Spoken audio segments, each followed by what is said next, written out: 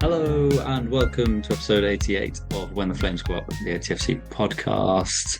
This week we're discussing Shots being 6 defeats in a row, deep in a rut, needing a win. Morecambe away at the weekend is, of course, the Tour of Duty. It's the 16th Tour of Duty instalment. So this evening we also speak to Scotty Lorimer, who's helped organise it all the itineraries and a coach up there. So we get to hear about that, his Tour of Duty memories, and we just chat Tour of Duty really, looking ahead to the weekend. Anyone heading up to Morecambe at the weekend, enjoy your weekend. It's going to be a great one, regardless of the weather. If anyone wants to come, Morecambe Promenade Park Run Saturday morning, 9 a.m. You know where to find me. I'll be the one in the shot shirt. Not going for any time. Not going for time. Karaoke Friday night. Just got to play it easy. Solid effort. That's what we're going for. But if anyone wants to join me, I'll be there. Bring your barcode. Up the shots. So the shots are still in 18th position. It's now 6 defeats in a row for the shots after defeats at Woking and at home to Boreham Wood. Most recently, we're recording on Wednesday evening. There are matches happening very soon, of which Aldershot will be looking um, at how those end up. So yeah, 6 defeats in a row, which matches the start of John Coleman's run as manager. He had 6 defeats on the bounce to kick things off. So if you need a good omen, looking ahead to Morecambe, that hopefully is one that we can end it at 6 and not let it extend into 7. So yeah, the shots went down to a 3-2 defeat away at Woking and a 2-1 defeat against Boreham Wood. We'll kick things off with you, CJ. Your thoughts on those 2 results and the performances? Um, yeah, I'm probably still sulking from Woking. Really, I thought the performance was like so poor. Like we just lacked so much energy. You take Ryan Hill and Cameron Hargreaves outside, and all of a sudden we're playing walking football. Like it just becomes a whole different like ball game. I know we got Dejan Tetek and stuff, but he hasn't got that engine tank that the Hargreaves has got. And you look around the team and you go, the back line's so exposed again now because of just not having one player in a team or 2 players in a team. And like obviously Shackelford's returned and he doesn't look like the player that initially stepped foot on the scene. I don't know if he's still trying to get his legs back from injury. Um, but yeah, it's just a bit deflating at the moment. Like were we up for the Woking game as much as we were previous years? I don't know.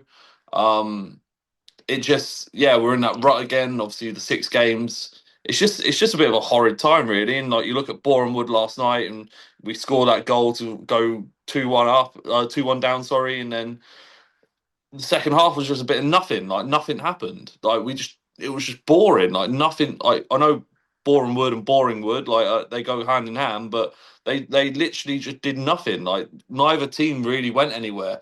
Boreham Wood were comfortable just to take the 3 points off us and not really get out of second gear. You look at Woking, and they just had that desire and hunger, just wanted it more. And it's like we can't go into the weekend's fixtures and be like, or the next run of games and have that same mentality.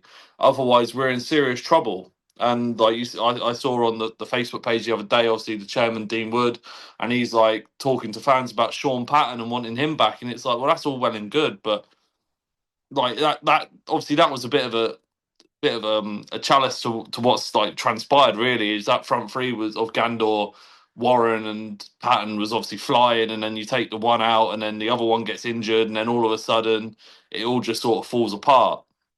It looks like we're back to like the square root of fucking relegation again.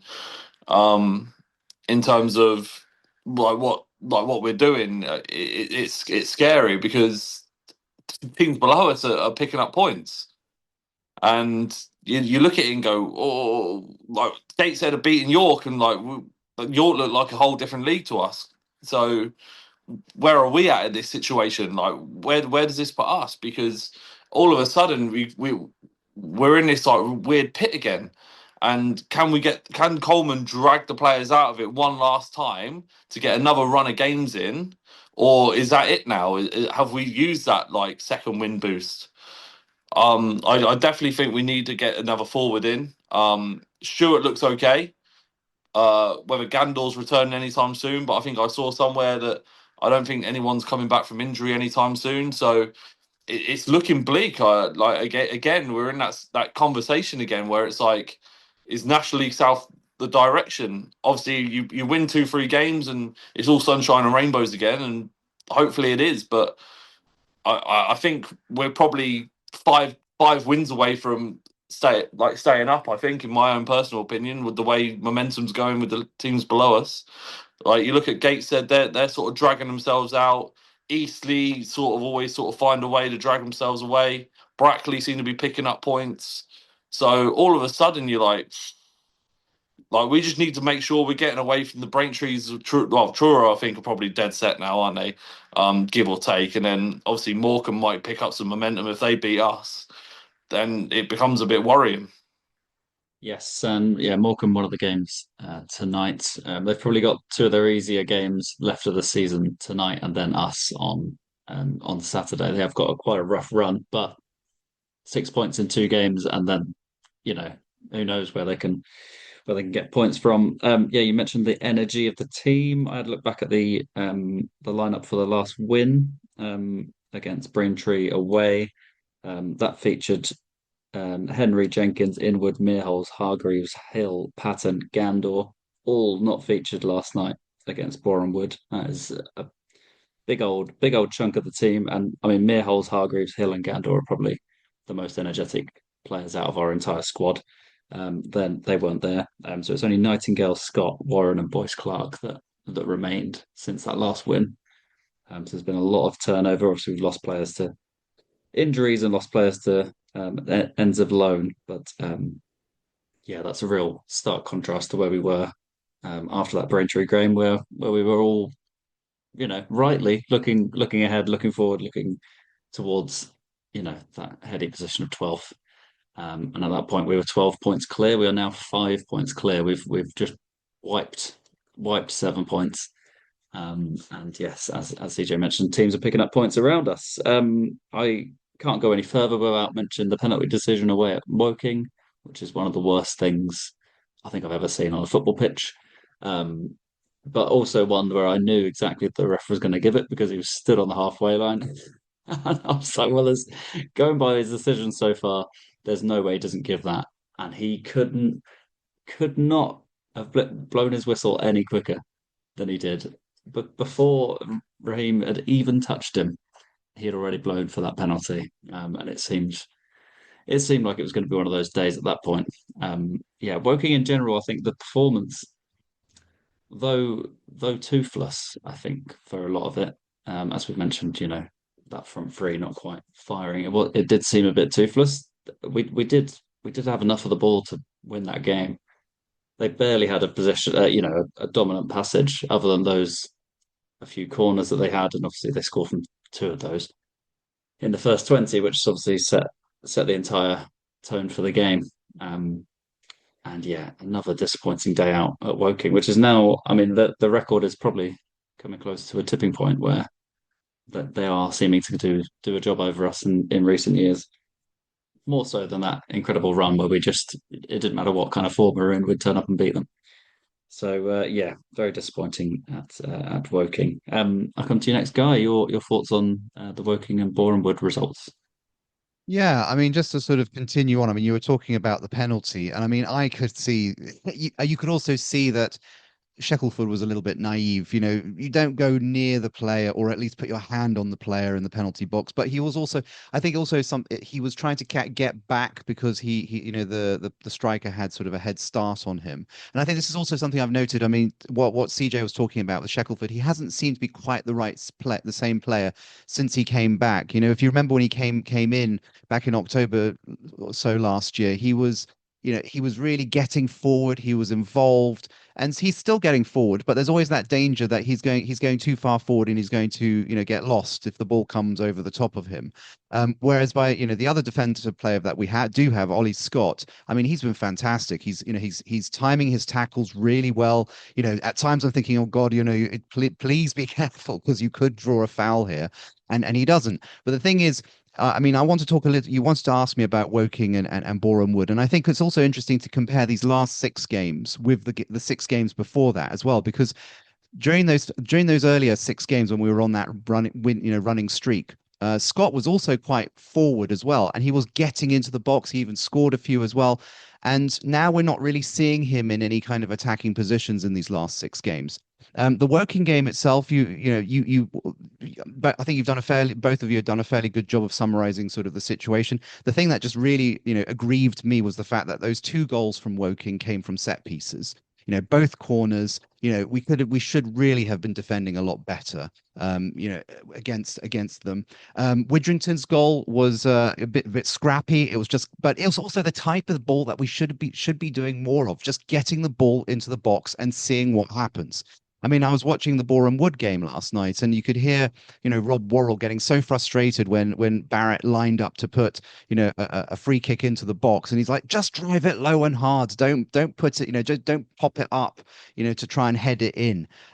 This is again also with Boreham Wood. We conceded 2 goals within 20 minutes. I mean, okay, we do have to admit that second goal from Boreham Wood was amazing. It was beautiful to watch, but it was just so painful that it was against us.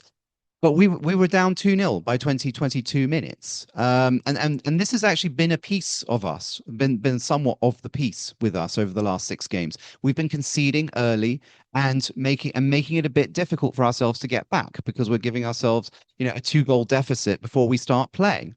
And it's really hard, because then you have to score 3. I mean, we talked about this when, Tommy Widrington was in charge earlier in the season, going 2-0 down, and we're doing exactly the same thing again.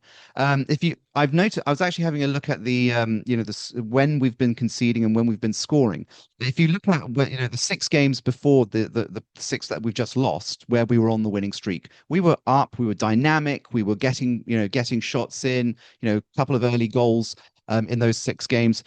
Now we're going down within the first 20 minutes, and we also are quite weak in the 15 minutes after the second half starts, and in the last 15 minutes. So we have patches where we keep the ball, we pass it around, but we don't really do very much with it. And this is the difference that we've had. I think I've said this before. Watching us against Rochdale, watching us against Carlisle, we keep the ball, but we don't do enough with it. And then they only get 1 or 2 shots, and they take their chances. So, this is where we are. I've also noticed as well, we've talked a little bit about changes in personnel, and it's striking as well that we seem to have shifted a little bit over the last few games. Whereas when Coleman came in, he was very much sticking to a 4-3-3. We now seem to be going to a 4-1-4-1. We've had Meerholtz, between the defenders and the midfielders, and I don't know whether he's injured or whether he's suspended, but he was replaced in the last game. We've got with Barrett up top playing alone, whereas earlier in the season before his injury he was kind of playing a little deeper in a more supporting role. I don't know if we've found a way that works for Barrett at the moment, to be honest with you. I think Barrett's he's got the legs now because he's able to put in most of the game. But he's not really made very many chances. There's not been enough coming from him. And then when we replace him with someone like Thomas in the last 2 games, I mean, it suggests a bit of a dearth in terms of the attacking options that we have. Thomas is great at holding the ball up, at the end of the games and putting his weight about. But in terms of making chances, we're lacking. And I can understand why Dean would love to bring Patton back, because Patton was good at carving things out. To some extent, Peart's done a little bit of that over the last couple of games, but not enough.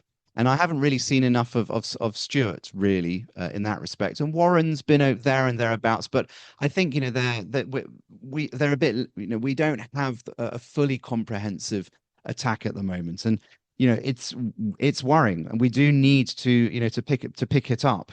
And I noticed, and I don't know if we should probably mention it, but Coleman's post-match interview after Boreham Wood, which came on YouTube this morning. I mean, this is a man with the weight of the world on his shoulders. I mean, he sounded utterly depressed, which is, do we want to be hearing this at this point in the season? Because we're all in that place as well. But really, it's, things have got to change. On the other hand, Can I just say we've now out of those 5, 6 games that we knew were going to be difficult. We're now turning the corner. We're now starting to play teams that are going to be around us. So in a way, they're 6 pointers. We've got to play. I know Gateshead's on the up. I know we've got Truro, who fingers crossed should be there for us for the taking, as well as Brackley. But if we can get some results from those games, then it really does put the gap between us and the bottom four. So, now, by the way, just before I stop, I think, Will, you said we're 5 points from the drop. I think it's actually 4, isn't it? I was just about to say that because I've only just looked back at the league table. I don't know where we lost a point overnight, but I've gone to bed thinking we're 5 points ahead. And it's 4. Maybe I was trying to do calculations from where Morecambe are and where they will be on oh well after tonight if they do win. Yeah, lots of good points. And, yeah, it's tough. It's tough at this point to see where those points come from and how many points are going to be needed. As CJ mentioned earlier, 12 points would put us on. What would that put us on? 54 points, which should be enough. But yeah, that does mean getting 4 wins from somewhere. Yeah, obviously we're going to have to throw in some draws, but this team aren't very good at drawing. They've only drawn 6 games so far this season, and aren't very good at keeping clean sheets. So where that comes from at the end of a run like this, I'm saying at the end of a run because we're going to have to end it at some point. This is hopefully where we can get a bit of hope for the weekend up at Morecambe. So yeah, let's move on to the Morecambe game. I guess we can bundle that into general relegation worries that we might be having. Just to mention, Morecambe today have been served with a winding up petition that I've just seen. So yeah, Morecambe can confirm that became aware yesterday afternoon of a winding up petition that has been filed against the club 7 days earlier by one of its suppliers, KPM Groundworks, in relation to a legacy debt incurred prior to the takeover by Punjab Warriors in August. So yet another twist in this cruel tale for Morecambe and their supporters. Obviously, on the pitch, hope they don't win tonight, and we can get some points over them at the weekend. Yeah, it seems weird because obviously when we played them at the start of the season, they barely had a team together. I think they had the transfer embargo lifted last week, which sent a bit of a worry through me because I was like, well, if they are now able to sign players again, who are they going to bring in before this deadline, which I think was today or tomorrow? As we're recording, 26th, I think. Julian mentioned last week. CJ, we'll come to you. Your thoughts on looking ahead to the Morecambe game on the weekend.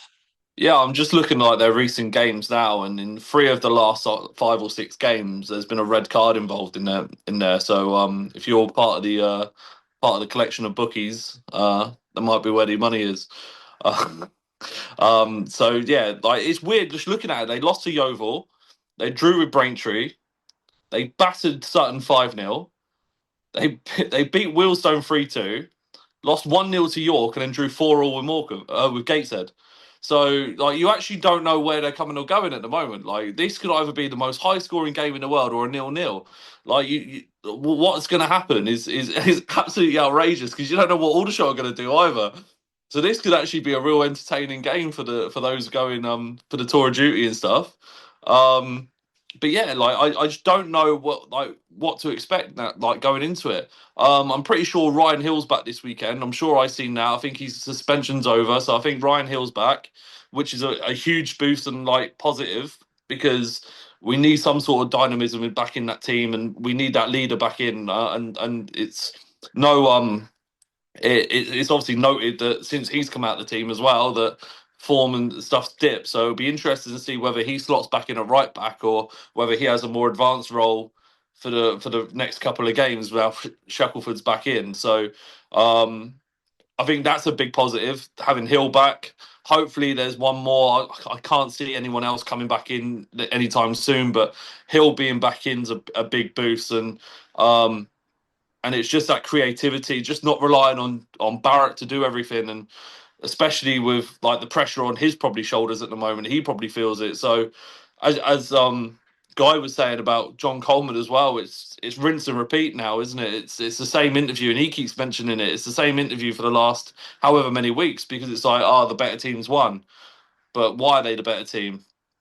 Like it's just like we've controlled games in patches and then not done anything with it. We move the ball side to side and we move it backwards and then we rotate it side to side again, and we just don't really go anywhere. Where before we were firing the ball through the thirds, and Patton was running off Warren and Warren was cutting in, and like the whole front three were just dynamic and fluid. Where you look at it now, and like even that Braintree game with Henry up front, like he was everywhere at times in that game, and he sort of ran his legs off, and he hasn't really featured in the last couple. So is he carrying a knock, or is it just more focused on the management side of things at the moment?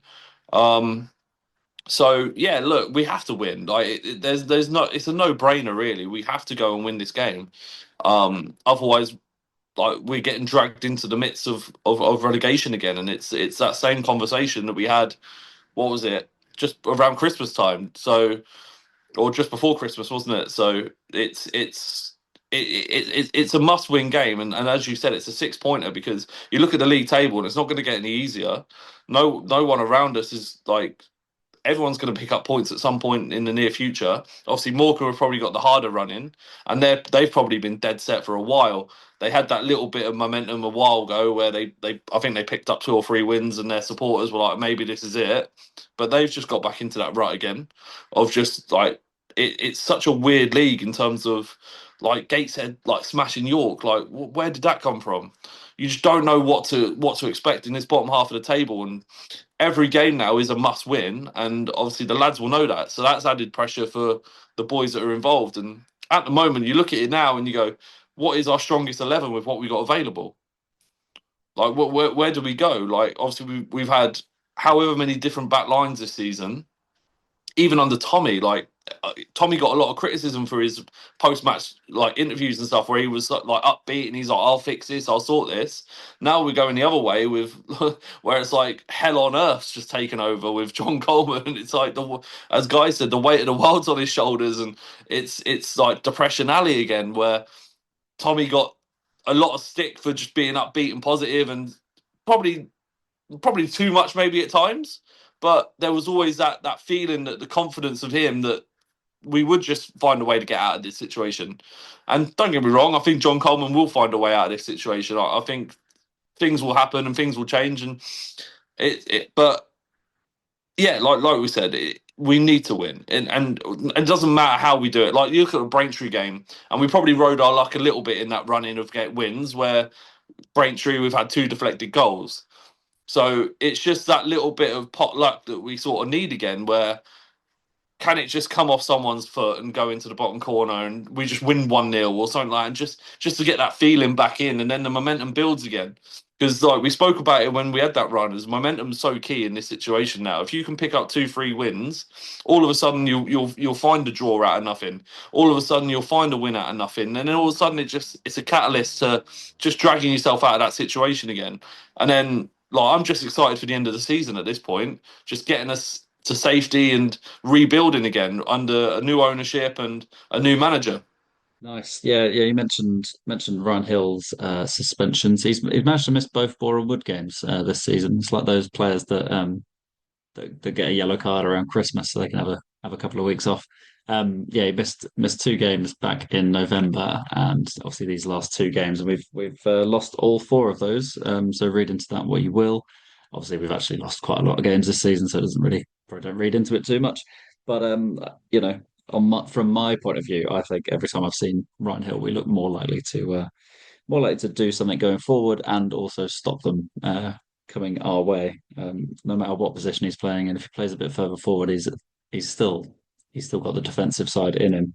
And when he's been at right back or slotting in wherever he has been, he's been a supreme performer. And I bet it must have been seething to not be in that team for that Woking away performance. We really needed him. Without a Hargreaves, as mentioned, like we needed someone.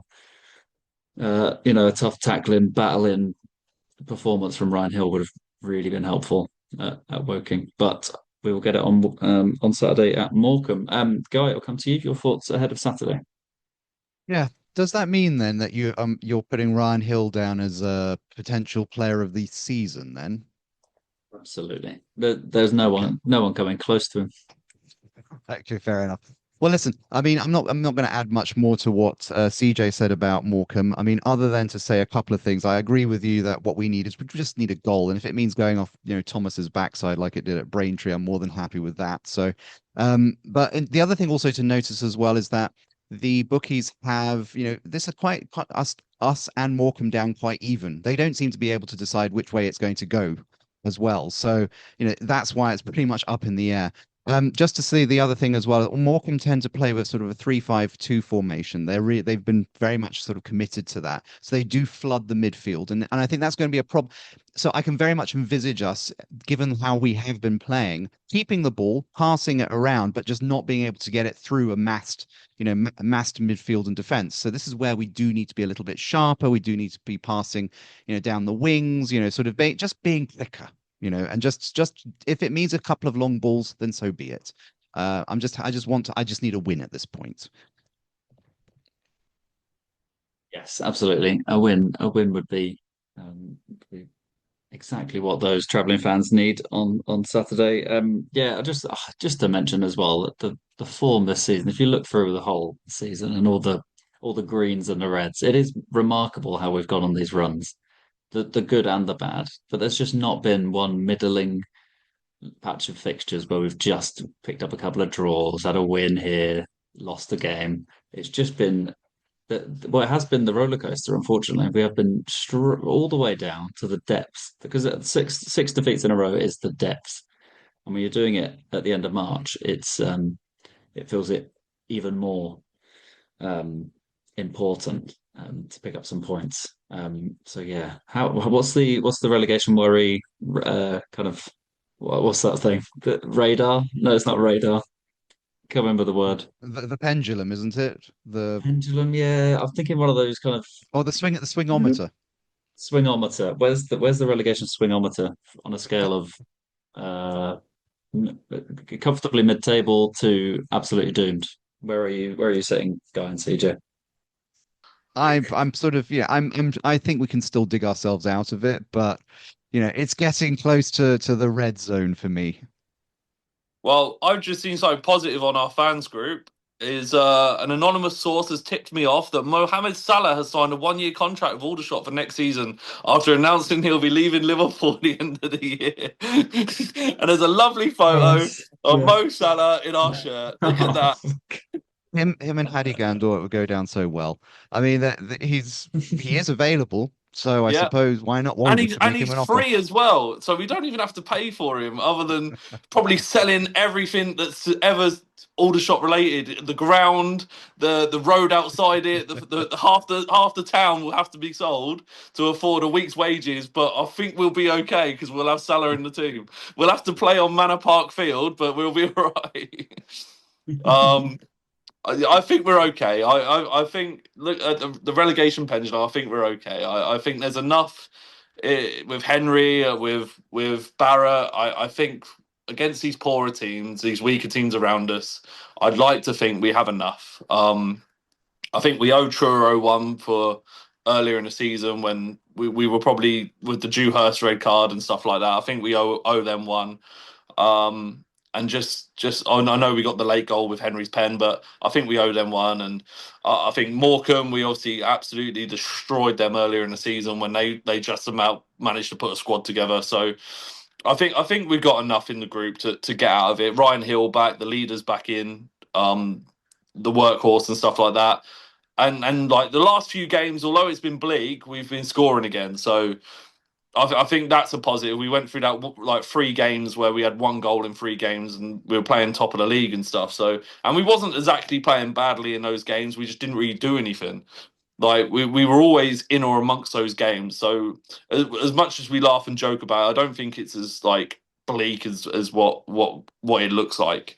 I think we'll be okay, and I think we've got better quality than the sides around us. Yes, yeah, yeah. I think I'm probably midway between you both, really. I think I obviously I can see the fixtures that are coming up, and I can see that they look a bit more favourable than what we've had before. But all I can see at the moment. It's a bit like the red mist, but all I can see is a team that loses. That's all I can see at the moment. So it is just getting that that point, that win, that goal, something to kick us again. Obviously, we had the Tyler Frost moment all those months ago that kicked us out of John Coleman's last 6 game losing streak to start his tenure. Let's hope there's a I don't know. I'm not sure if there'll be a Tyler Frost at all, but a Tyler Frost moment away at Morecambe on Saturday. That's probably enough for us this week. Thank you, Guy, and thank you, CJ. Thank you. Now, Cheers, mate. fingers crossed. Fingers crossed. See you in the National League next season, folks. So here we go. We're just about to discuss Tour of Duty law with Scotty Lorimer.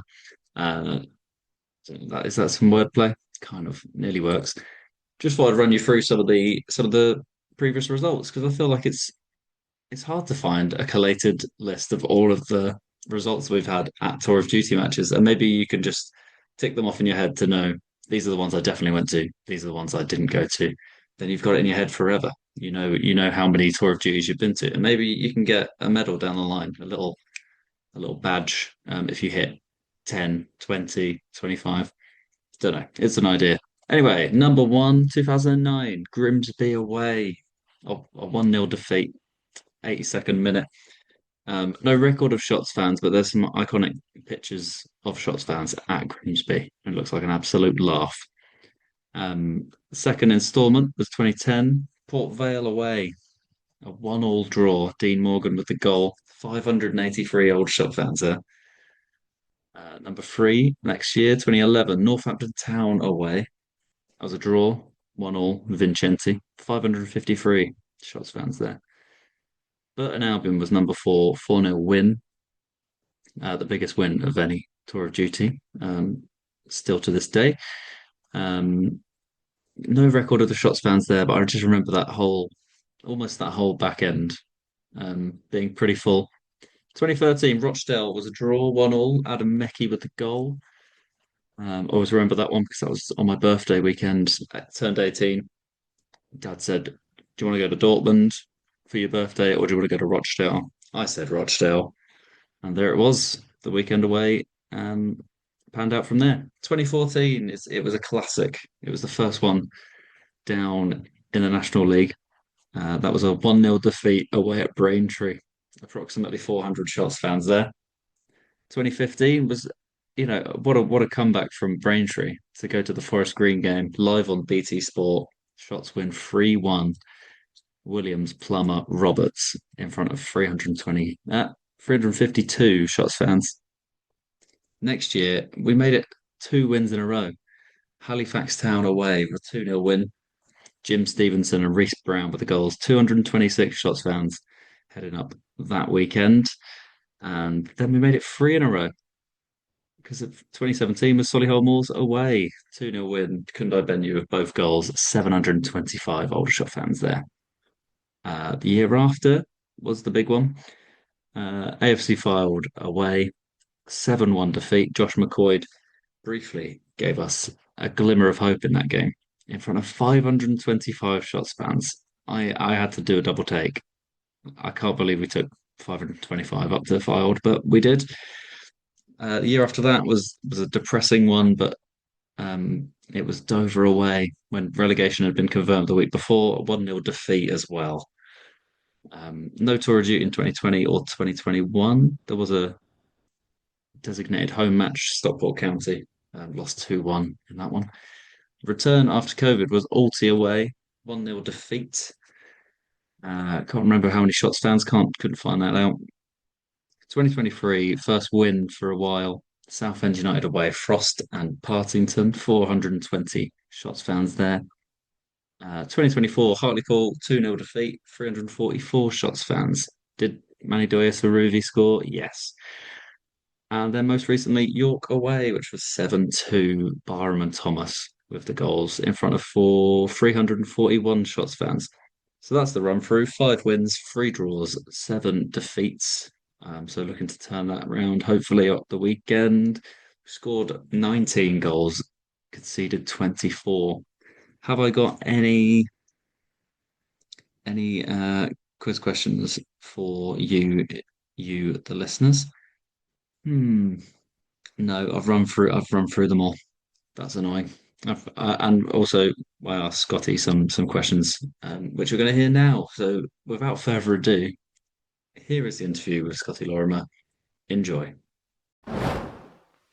So, Scotty, here we go. Let's talk tour of duty. The biggest day of the year for a Shots fan, potentially for some of us. Um, I guess, yeah. How would you describe your role in it and getting things organised? And how did you get involved? Why did you keep doing it? Yeah, let us know. Yeah, I think, mate, with my involvement has kind of stemmed really from like the guys that used to run it. Of course, when it was like RBA, so the Red and Blue Army used to organise it a lot more. Of course, Steve Chapman, Tony Roberts, Barry Hindmarsh, and they've kind of passed it down a little bit. Even though Barry and Tony will be very, very present this weekend, they have kind of passed it down to me to keep it going. And then I hope that in a couple of years I can just turn up and let the younger lads that are definitely coming through on the terrace now, they can take it on and they can pick it and they can sort the weekend. But I think recently, the last couple of years, it's not just making it like the day. I think we've had some really good days for like Sullyhole, where we've gone up literally on the day, all on the train, packed out the trains, but then we've just gone straight home. And I think it's quite nice now. The last three that we've done have actually had a weekend to them, and they've been in reasonably all right locations that we can get some serious numbers up there, especially the northern ones. The northern ones, I think you get more of a weekender at. If it was like a south end like we did, like you might as well just go home because it's only an hour away, hour and a bit. But Yeah, definitely. Yes, we've had York and Hartlepool, big kind of places people want to go anyway. I would say people want to tick off those grounds. yeah, Um, and yeah, far enough away that you're not going to bother coming back. that's the thing. I think Yeah, as well, like with Hartlepool, and I've said this to the guys today, especially after these like comments about Morecambe. Um, you wouldn't, I personally, and I don't think many Aldershot fans would, and this is no disrespect to Hartlepool, but we probably wouldn't go there for a night out or a weekender if it didn't involve the football. York's a bit different because York is a very, very nice city. The history of York, and if you're not going for a drink, then you have got like the history of the place involved. But Hartlepool was unbelievable night out on the Friday, probably one of my best nights out in my whole life, just because we absolutely packed out the pubs on the Friday. And I hope Morecambe's the same. And again, I don't think I would ever pick Morecambe as a place to go for a weekender when you have got a Blackpool, a Lancaster so close by. But this is a chance that you can just tick off that place and say, you know what, we're here for the football, and we might never come here again. Or some might think, yeah, I will come here again. So yeah, and I guess that's the kind of the idea with Tour of Duty because you look down the list. I went through the list of the games, the places we've been to. Obviously, starting off with Grimsby, that's very strong. That's pure only going there for the football. Um, you sets the got tone. Port Vale's in there, yeah. Rochdale's, Fylde is obviously the big one. Yep. Yeah, and then now we've got the last three: Hartlepool, York, Morecambe. Nice chunky long distance ones. I was also looking back at that 2019 one. I completely forgot we'd already been confirmed as relegated when we went to Dover. That had absolutely Um, passed me by. the fixture gods must have really played us that year because I actually believe we played every single team in the for a previous tour of duty in March and April that year. So we literally were left with Dover, and I think Dover was the second to last away game. Yeah, It was so either right that or after Easter. Maidstone. Yeah, I mean, it was that or Maidstone because that was when we actually went to May. But like, oh god, like it, that is a rough choice. And to be fair, Dover was nice. I remember the weather was unbelievable. We had loads of inflatables. We had a really nice beer garden pre-game. and again we lost because that season we lost pretty much every week. So that was probably one of the bad ones, but still a really good day out. Like, loads of us packed out the trains going through London, popped back out at Dover. Again, with the history of us playing Dover, we haven't got the greatest record there. So that was always like kind of an incentive for a tour of duty. We don't like going here. Let's try and push to turn up for it. But we were relegated the week before, and it just kind of put a bit of a dampener on it, really. Yeah, yeah. I guess it's probably the power of the Tour G, the fact that I forgot that we'd been relegated that same week because I turned up on that day. Obviously, as you said, the sun's shining, like people are all. It was like a little old shot mini takeover, or especially around those streets around the ground, which are a bit kind Mm. of higgledy-piggledy. Just loads of shots around and getting into the ground. We lost 1-0, I think, that day. It's just dreadful. Didn't have a shot on target probably. But I Yeah. remember it for just a kind of 90 minutes of fun that it seemed to be honest, in the terrace. Um, yeah, I guess yeah, we've talked probably about a slightly bad memory of Tour of Duty matches.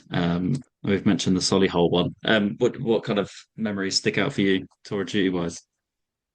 Well, I think I don't think you can beat that second Benue goal when the ball just literally we're defending that corner, and I think I'm gonna say Evans hooks it out, and then you just see Benyu just flying forward, and you're like, he's gonna score. The whole crowd knew he's gonna do this. He's gonna run the length of the pitch and do this. So that was definitely up there. Um, I'd say Southend because we were 1-0 down to win 2-1. And Joe Partington, probably the greatest penalty I've ever seen from an old shot player. Yes. Absolute top bins. Um, I don't know what else we've had. And Burton when Guy Maggio scored Yeah. two.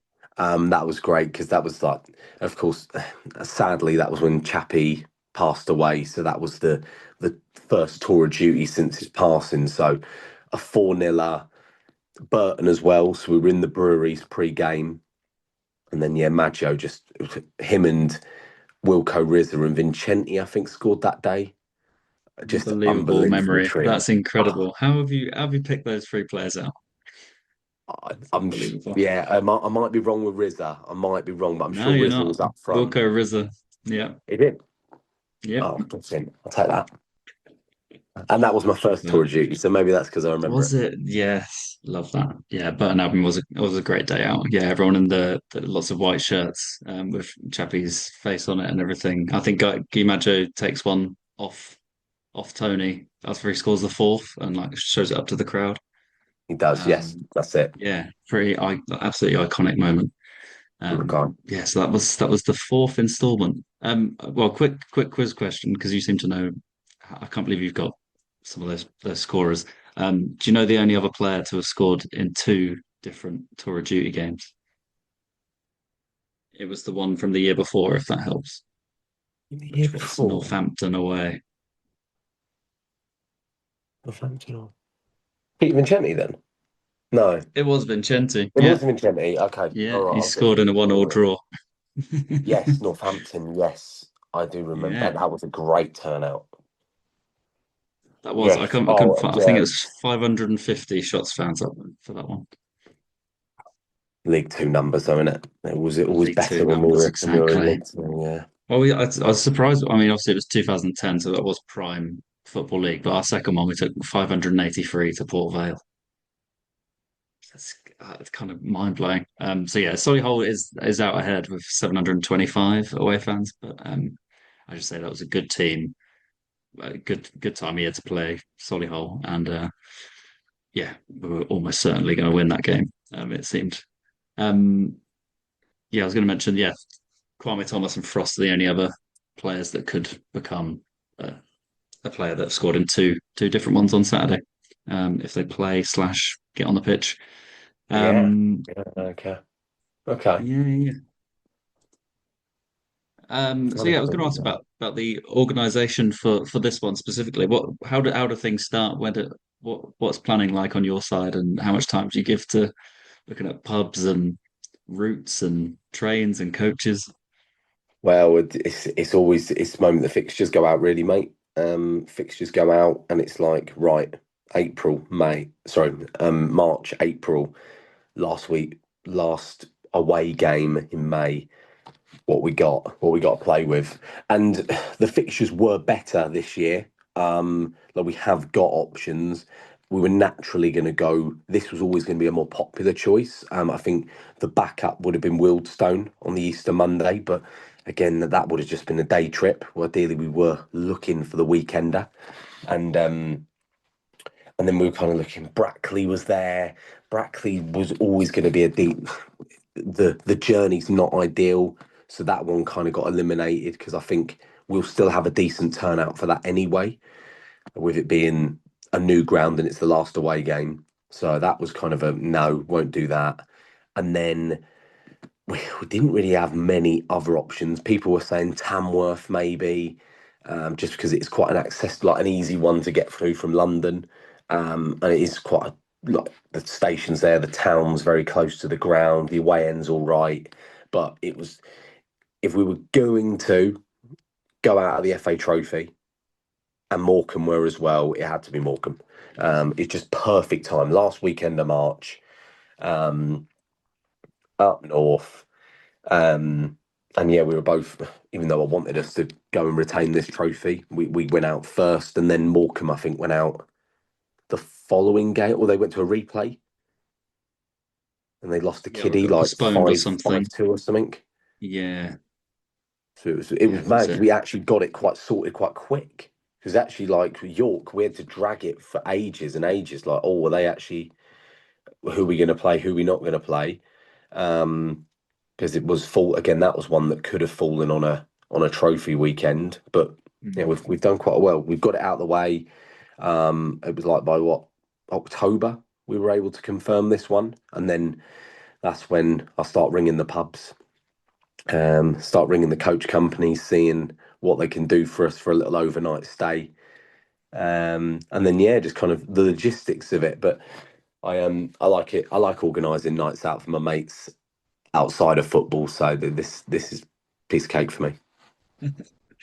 Love that. Yeah, so you're heading up on the Friday on a in the on the coach and back on Sunday, is that right? Yeah, 9 a.m. on Friday. 52 of us are booked on. 52. Alex, our coach driver, is an Aldershot fan. Marshall, absolute legend.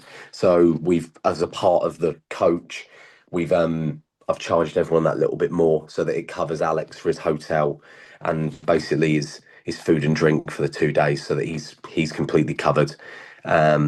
So yeah, leave on the Friday, come back Sunday lunch, which is going to be probably a bit of a long journey home that we're going to struggle through, but Clocks go forward on Sunday morning, so one less hour for everyone. Sorry if that's just dawned on you. oh That's my poor. word, You have to announce that one Saturday night, no, I think. oh no, Checkout times are going to be an absolute mess on Sunday morning. oh no, I can't believe you just said that. I thought it was next week. Oh no, Nightmare. oh wow. Okay, I'll have to get my beauty sleep a little bit earlier then. Absolutely, yeah. Oh, Bit of a nap during the game, I reckon, might be needed. let's see how we're playing at the moment. Yeah, yeah. And yeah, lastly, let's touch on the game. For your predictions, your feelings ahead of that the game, and how big it has become in the last couple of weeks. Mate, massive. I was really hoping we were going to go into this just knowing that we were reasonably comfortable, and like not really having like York last year. I didn't really care about the game. I was in the bar most of the game because I was just buzzing off the week before, and I knew that York were just going to be out the blocks at us. Morecambe, we've got to go at these. We're due a win. We've lost the last two tour duties now, and a 7-2 last time to York. But regardless of who we were playing, we're playing a team about in the bottom four. I'm hoping for a win, and I'm predicting a win, and I'm going to go with a 3-1 shots. Yes, yeah. I mean, I think I said in the pub a few weeks ago, like we're just kind of watching the 12:30 kickoff, just saying, "Oh, isn't it nice to have a tour of duty where you're not that not worried about the result?" Because it did generally feel like we were in a bit of a decent patch, and there was no way we were going to be dragged back into it, but it has happened, and I feel bad for even mentioning out loud that it was going to be an easy, but an opportunity to win. I'm still confident that we will win, but I think we could. I think we're well, I was actually you've got the stats in front of you because I can't think off the top of my head. When was the last time one was drawn? great shout. It was pre-COVID, all Wow. the way back. Oh no, that's a good point. Yeah, we haven't drawn Rochdale 2013, Wow. an Adam Meckie goal. Adam Meckie, yeah. Yeah. Wow. So yeah, We drew 13 three of the years. first five, Port Vale, Northampton, Rochdale, and we've either lost or won since then. Maybe little draws on the cards. I wouldn't really ideally want a draw just with the way Gateshead are playing at the moment. Yeah, But yeah, I'll take a draw if we're the ones that nick a last minute equaliser. Ideally, if it's not on the other foot, but yeah, I'd take a draw if it was definitely palmed out to me now. But I'm going 3-1. I'll stick with 3-1. lovely. Grand. Thank you very much for coming on, Scotty. Anytime, mate. Thank you again for having me.